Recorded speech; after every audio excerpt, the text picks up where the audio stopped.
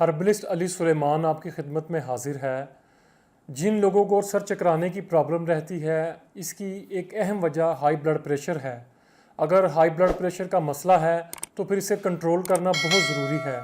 جب blood pressure control ہوگا تو چکر آنا رک جائیں گے، لیکن اگر بی پی ٹھیک ہے اور اس کے باوجود بھی سر چکرا رہا ہے تو اس کے لیے ایک بہترین نسخہ ہے، میں آپ کو بتا رہا ہوں، نوٹ فرمائیے۔